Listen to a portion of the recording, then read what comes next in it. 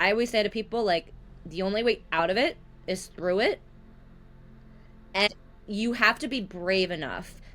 It takes courage. It takes intention. It's a choice. It's a conscious choice to recognize it and be aware of it and be like, all right, I'm gonna pave through this. I always say it's like walking through fire. Like, it's gonna burn. It's gonna hurt. I mean, there are gonna be some very enlightening moments too along the way. As soon as you put founder on your LinkedIn profile, you get so many like spam emails, spam everything. There's not that trust. And so I went to people I knew from the startups that, like, I would talk to the salesperson from that startup and it's like, hey, we've worked together. And so how do you do this? I don't know how to do this. And so having them explain their job description and what they do and what works really helped. And it'll be a good time to talk about it.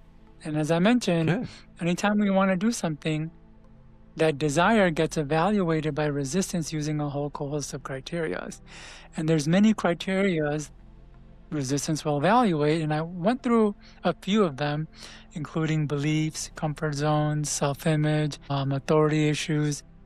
But there's one criteria, and that has to do with the fact that what we're wanting to do or the outcome we're wanting to have is not going to change our lives as much as we think or people lead us to believe.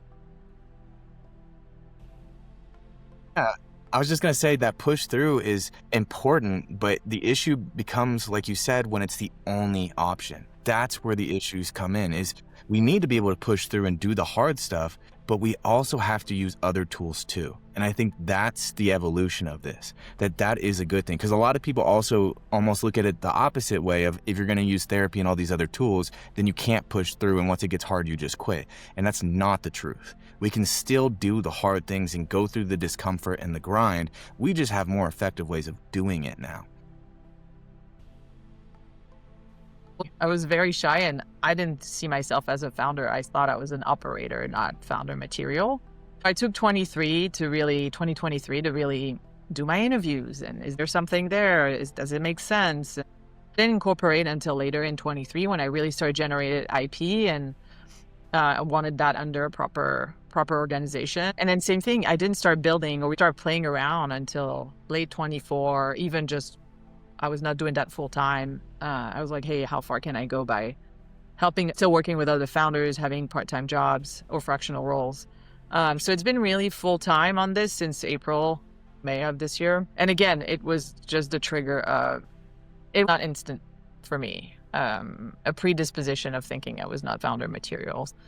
I had to change that mindset and say, hey, let's try to do this.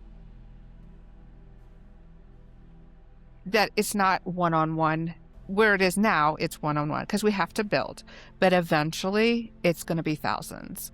It's going to be women coming because they know deep inside of them they deserve more. They just don't know how to get it. Then there's the whole energy in the room, right? That they're feeding on each other. It's not just about me. It's about that crowd mentality when they see other women rising. And then they're like, wow, she can do it. I can do it. That's what I see. When you have bullies, though, I know what that's like. I know what that feels like. And I can kind of give some strategies to be able to help somebody. But it also created in me that sense of independence and how to be strong, especially during those years when I was also an only child for 13 years. My brother didn't come along until I was 13. So I had to learn how to get things done without the approval of a lot of other people. And I started to develop myself as a person and the things I like to do. And I think some of that still goes to this day. I can be that kind of person that while I care about other people and I do like being around others, I also am that person that can be that independent self as well. Public speaking is just having a conversation with your audience. It just happens to be your turn to speak. And then after you're done speaking, you mix and mingle with your audience. And that's when the conversation goes back to being two-way, where they're responding. But they're always responding. They're responding in the way they lean in. They're responding in the way their breath catches. They're responding in their silence or lack thereof. And there's a lot of ways your audience is conversing back with you. So treat it like a conversation. And then also go in thinking about it in this way. It's about connection, not perfection. This is my line for eternity. But it's the behavioral change part that is like you get told, but then there's nowhere to track, nowhere to literally like have like a daily menu that is easy and fun, and you get like scores and streaks. So that's something that I feel like I want to build, like the Duolingo platform for behavioral change in that sense. And I basically, because my dad, he moved to the US for a while, and he somehow inspired me, and he taught me to speak English from a very young age. Yeah, since when I was a little girl, like I dreamed of traveling the world, and I used to subscribe to these magazines about like world travel. And I'm writing a book right now called The Hard Truth, because the truth hurts. And it only when you accept what's wrong with you, only when you pull back those blinds, so to speak, and you internally look deep inside of yourself, you can't heal the trauma. You can't be a high performer. You can't be better. And it all starts from a very, very simple premise.